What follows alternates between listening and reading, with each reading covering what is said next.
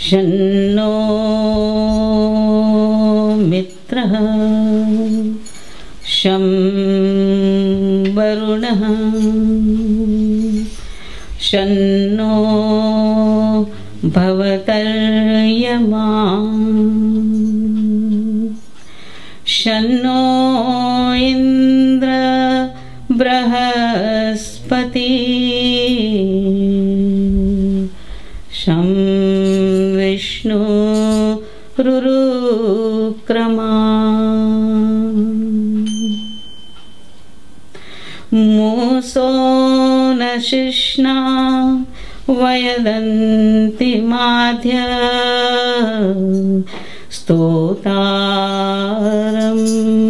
शतक्रतो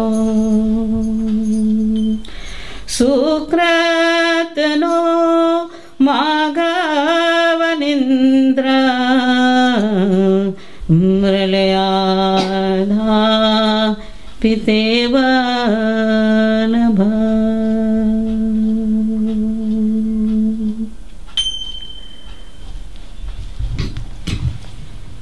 सब आर्यजनों, वेद के श्रद्धालुओं और ईश्वर के भक्त सबों को मेरा हार्दिक स्वागत इस वैदिक सत्संग में है और वैदिक अभिनंदन से नमस्ते कहते हुए आपको हृदय से प्रणाम करती हूँ।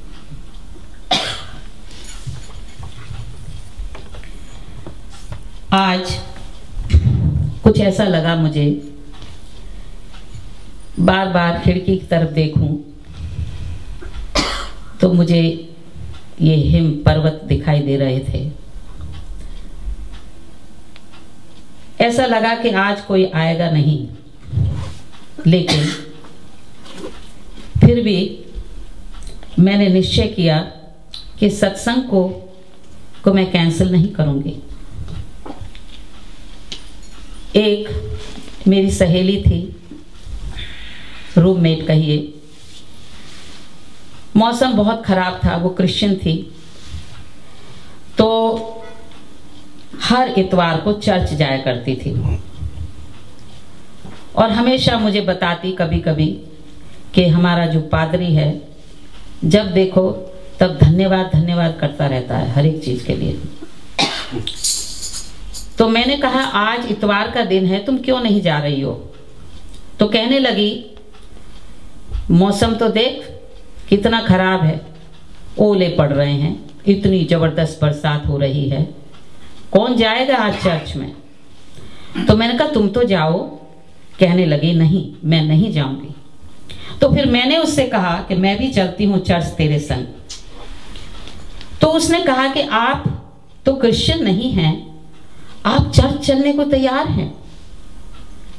तो मैंने उससे कहा अरे ये तो धार्मिक स्थान है, आप मंदिर जाइए, मस्जिद जाइए, गुरुद्वारे जाइए, गिरजाघर जाइए, जरूर कुछ लेकर आएंगे, पार्टियों में जाएंगे तो जरूर कुछ खोकर आएंगे। मैंने कहा मैं चलती हूं। उसे इतनी खुशी हुई कि एक नॉन क्रिश्चियन चर्च जा रहा है उसके संग। कारण आप सब समझते हैं। तो मुझसे कहने लगी, हम दोनों ही थे उस चर्च में, वैसे भरा रहता था वो चर्च। तो मेरी साड़ी का पल्ला खींच कर कहने लगी, मैंने कहा था ना कोई नहीं आएगा, फिर भी तुम मुझे ले आई। मैंने कहा कोई बात नहीं, हम दोनों तो हैं, क्या फर्क पड़ता है, पादरी भी आएगा ही। फिर 2 जने और आ गए, तो इस तरह हम कुल 4 जने थे पूरे चर्च में। तो हुआ ये, पादरी आए और उन्होंने खड़े होके जो बात कही वो मैं आपको सुनाना चाहती हूं, जो आज के दिन के लिए बहुत अप्रोप्रिएट है वो, क्योंकि यही हमारे सत्संग में हुआ है आज।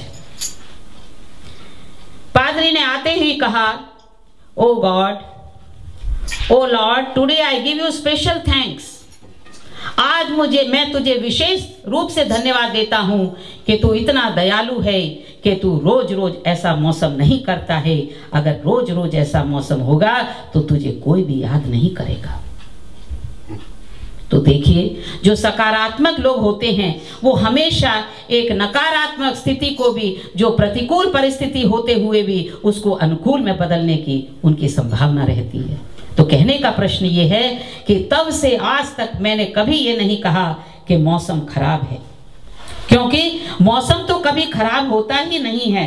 वो तो हमारी इंद्रियों को जो चीज अच्छी नहीं लगती है तो हम कहते हैं कि ये प्रतिकूल परिस्थिति है, और जो हमारी इंद्रियों को अच्छी लगती है तो हम कहते हैं ये अनुकूल परिस्थिति है। तो आज के मौसम ने, मतलब अगर मैं ये कहने लगूं कि बर्फ पड़ी है इसलिए ये मौसम खराब है, हमें बर्फ की भी जरूरत है, हमें जल की भी जरूरत है।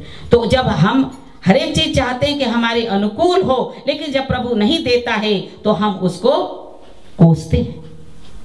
तो उस संदर्भ में मैंने आपको ये बताया कि मौसम रोज रोज प्रभु ऐसा नहीं करता है, नहीं तो उसको कभी कोई याद न करे, कोई चर्च न जाए, कोई मंदिर न जाए, कोई मस्जिद न जाए, कोई गुरुद्वारे नहीं जाए।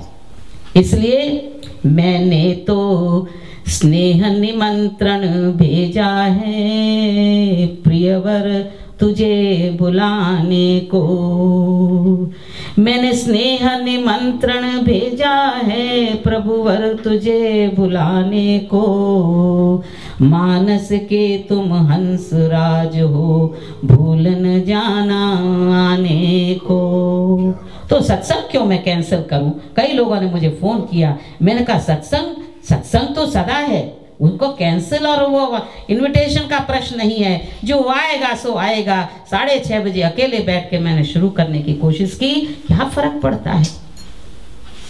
कहते हैं क्षमा बुझ जाए फिर जल सकती है, किश्ती हर तूफान से गुजर सकती है, मायूस न हो इरादे न बदल, तकदीर किसी भी वक्त बदल सकती है। इसलिए हम लोगों ने जाना नहीं है कि झंझटों से कैसे टकराया जाता है, झंझावतों से टकराना तुम क्या जानो, तुमने तो साहिल पर बैठ तमाशा देखा है, तुम सागर की गहराई को क्या जानो, तुमने तो तट पर बैठ के कंकड़ फेंका है। उनसे पूछिए जिन्होंने जीवन भर तपस्या की है, वो बताएंगे। कहते हैं ना, धूप में कितनी तपन है, धूप में कितनी तपन है, दीप में कितनी जलन है, ये बताएगा तुम्हें वो जिंदगी जिसकी हवन है, ये बताएगा तुम्हें वो जिंदगी जिसकी हवन है। फूल में कितनी छुअन है, शूल में कितनी चुभन है, ये बताएंगे तुम्हें वो खून से सींचा चमन है।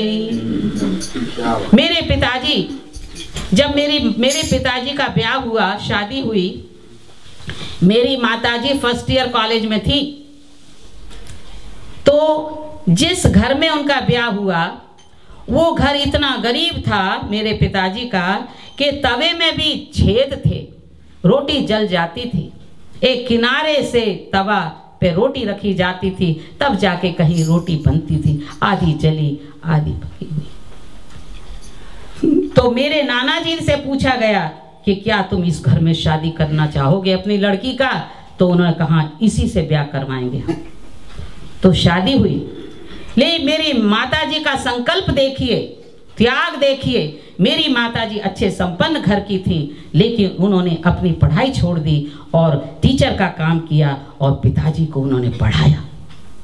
मेरे पिताजी इंटरमीडिएट थे उस समय, तो उन्होंने एमए तक की पढ़ाई मेरे पिताजी की, मेरी माताजी की कमाई से हुई थी। और एक और आपको संदर्भ में बताना चाहती हूँ कि मेरे बड़े भाई साहब जो कि आज कैलिफोर्निया, कहाँ रहते हैं, वाशिंगटन में, वर्जीनिया। तो मेरे बड़े भाई साहब जो हैं उनका ब्याह होने वाला था। तो मैं और मेरे बड़े भाई साहब बहुत, हमारी रिश्ता बहुत निकट का है, जबकि वो मुझसे 12-14 साल बड़े हैं। तो अम्मा ने कहा कि हमने इटावा में एक लड़की देखी है, गाजियाबाद में एक देखी है, पता नहीं कहाँ कहाँ देखी है, तुम दोनों जाके देख के आओ। मैं उस समय भोपाल में रहती थी। तो मैं भाई साहब के संग गई लड़की देखने। जहाँ जाएं खाना वाना बढ़िया से खा के और फिर मना कर दें। तो मुझे बड़ी शर्म आती थी। मैंने कहा भाई साहब मैं हर जगह खाना खा के आती हूँ, बाद में सब भाई वगैरह पूछते हैं कि लड़की पसंद आई कि नहीं तुम्हारे भाई साहब को। मैं क्या बोलूँ, मैं 11 साल की बच्ची वहाँ पे। मैंने कहा मुझे बहुत बुरा लगे, आप हमेशा मना कर दो। तो हम नानी जी के यहाँ गए हुए थे, खुर्जा में रहती थी हमारी नानी जी। तो हमारी नानी जी ने कहा कि तुम दोनों जहाँ जाते हो भाई बहन फेल करके आ जाते हो, जाओ मद्रास वापस। तो हम चले गए मद्रास। खूब हमें डांट पड़ी अम्मा से कि इसलिए गई थी तो उनके संग। मैंने कहा मैंने थोड़ी मना किया था, भाई साहब को नहीं पसंद आई, क्योंकि उनका था वो 5 फुट 2 इंच की हो, हर सोसाइटी में वो मूव करने लायक हो, अंग्रेजी जानती हो, है फलाना फलाना। उनके वो एक बारी उन्होंने बनाया हुआ था उसका रिज्यूमे कि ऐसा होना चाहिए तब मैं लड़की से ब्याह करूंगा। खैर, तो संक्षेप में मैं आपको ये बताना चाहती हूँ कि उन्होंने कलकत्ते की एक लड़की देखी जो कि इनकम टैक्स कमिश्नर की बेटी थी। तो वहां पे पिताजी अम्मा पहुंच गए मद्रास से, और मैं नहीं गई, मैं बड़े भाई साहब गए वहां पे। तो लड़की आई, सोफा पे बैठी लिविंग रूम में, और दोनों से ये कह दिया गया था कि हमारे सामने थोड़ी दूरी पर ही बैठकर बात करोगे, अलग कमरे में नहीं जाओगे। इंटरव्यू लेने वाले थे मेरे बड़े भाई साहब। यहाँ पर हमारे मतलब अम्मा की, पिताजी की तथा उनके माता पिता से बातें हो रही थी। तो धीरे धीरे बातें जब आगे बढ़ी तो दोनों को पता चला कि कॉलेज में एक ही क्लास के थे दोनों, इलाहाबाद में। मेरे पिताजी इतने गरीब थे कि शमशान घाट में एक कमरा था, और वहां पे जो इंचार्ज होता है उसके संग वो रहा करते थे। शमशान घाट में 2 कमीज थी, 2 पैंट थे उनके पास। और ये जो हमारी संतोष भाभी जी जो हैं, उनके पिता बहुत अमीर थे।